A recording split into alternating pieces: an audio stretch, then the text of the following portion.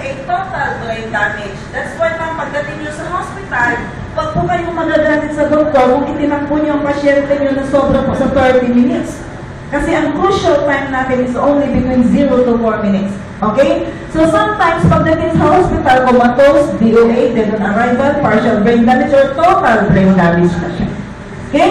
So, ang laki po ng tulong ng ating quantum implants. No? Ang gagawin lang natin is, while somebody is calling for an ambulance or sasakyan, okay, this is the scene of accident, paupuin nyo lang yung victim, relax, okay, get your quantum implants, open the mouth of the victim, and then bigyan nyo lang siya doon sa ilalim ng dila niya. Then, while you are rushing him to the nearest hospital, lagyan nyo siya dito sa kanyang ulo, okay, dito sa nape, okay, basahin nyo talaga, and then down sa spine.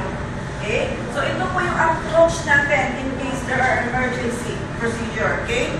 Sublingual, dito sa ulo, nape, and then dito man, spine, basahin talaga ma'am. Huwag kayong manghinayan. Nasabihin nyo, ay, mahal ka ba dito yung mayroon? Hindi na. No? Hindi siya dito na. Ayaw nyo po pag kinalapot. Because this is between life and death. Ha? Oh, i-imagine nyo na yung 4 minutes, ha? 4 minutes, yung ang sabi ni Ma'am Laod, 4 minutes, crucial time. O wala, sige, buko din ha, no? Basa na siya din ha. And then, after 1 minute, layo pang hospital. My goodness, malayo pang hospital. Another dito, another. So, yan ang procedure nyo. Very simple. Okay? So, there are amazing healings, no? Documented testimonies na pagdating sa hospital, wala na. Neutralize na ang blood pressure. Pagdating sa hospital, at least, no matter how expert the doctor is, pag idinating natin yung ating pasyente na patay na, no matter how rich you are, dala-dala nyo isang sakong pera. Pagdating doon, i-declare na, sorry ma'am, sir, ang imong victim is already DOA. You can't afford to see him dead doing nothing. Okay? So, palagpakan po natin ang ating quantum implants na pwedeng patasya sa mga emergency. See? Hindi na siya ordinary yung food supplement, ha? Kala nyo, food supplement lang siya, ha? Hindi. Okay? Oh, what else? Sir na, kay sir, no? Kanang rayuma? Retis. Pag-una ka, sir, kay rayuma naman eh. Retis. Okay.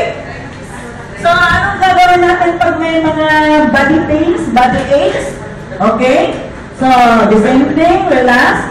Get lukewarm water, then towel. Okay? Kung saan yung pain, sir, pakita sa inyong, okay, ganyan, no? Okay. So, lukewarm water, punasan, and then after sa lukewarm water, you substitute it next with our quantum implants. Okay? So, observe it. The pain mag-subside din siya. Ha? Kaysa sige tayo take of pain reliever, masisira po ang ating kidney. Okay? Headache, eyes, may cataract, naibuog, hala, ibutang din na, dadhan siya gamit. Okay? What else? Rashes, allergy, mabaho ang paa. Okay? You just dilute it with water and then lagyan mo siya doon. Okay? Sakit ang ngipin. So, madaming gamit ang ating quantum implants. Okay? What else? Okay. To avoid stress or to avoid na mag-shoot up po ang ating blood pressure, you know what are you going to do? Huh? Because there are cases now na yung mga, stay put mo sir, high blood pressure o yung mag-shoot up ang blood pressure natin, yung iba kahit na nasa sasakyan, magkukulaps, di ba? Nasa daan, nagkukulaps, pagdating sa hospital, wala na, patay na. Okay? Meron po akong na-share nito, ma'am. Ayaw ko pong, ano yun siya, rest in peace na siya, no? Okay. I said, sir, you use this one. Kasi baka atakihin kayo kahit saan. Ito at least nakakatulong. Okay? Siguro, hindi niya type. So, okay lang. Hindi ko siya pinilit. No? Walang pilitan dito. Okay? At ayaw next. Ayaw pa reserve na tayo. Next. Next. O ganun lang yan, di ba? Some will join, some will not. So, next. Okay. No, so yun, hindi ko siya pinilit. Okay.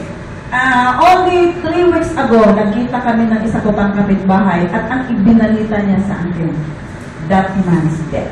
Inatake sa puso. Okay? Sagaan lang. Na? So, sana kung may confidence siya, at least na tulungan yun. Yung makatulong yun. Okay? So, stress. Meron tayong cortisol. Alam niyo po ba ang cortisol? Stress hormones po yan. Pag sobrang pressure ang tao, sobrang daming iniisip. Lalo na yung mga negosyante. Sobrang mag-isip. Okay? So, ang nangyayari po yan, ma'am, yung stress hormones natin, para yung demon. Sige, mag-stress ka pa. Mag-stress ka pa. Sige. Okay? Anong ginagawa niya? Siya ang nag-flare up ng iyong what? Hypertension. Okay? Siya ang nag-i-ignite. So, pag mataas na yung ating cortisol, atakihon jud ka man. No? So, atakihon jud ka sa high blood. So, to minimize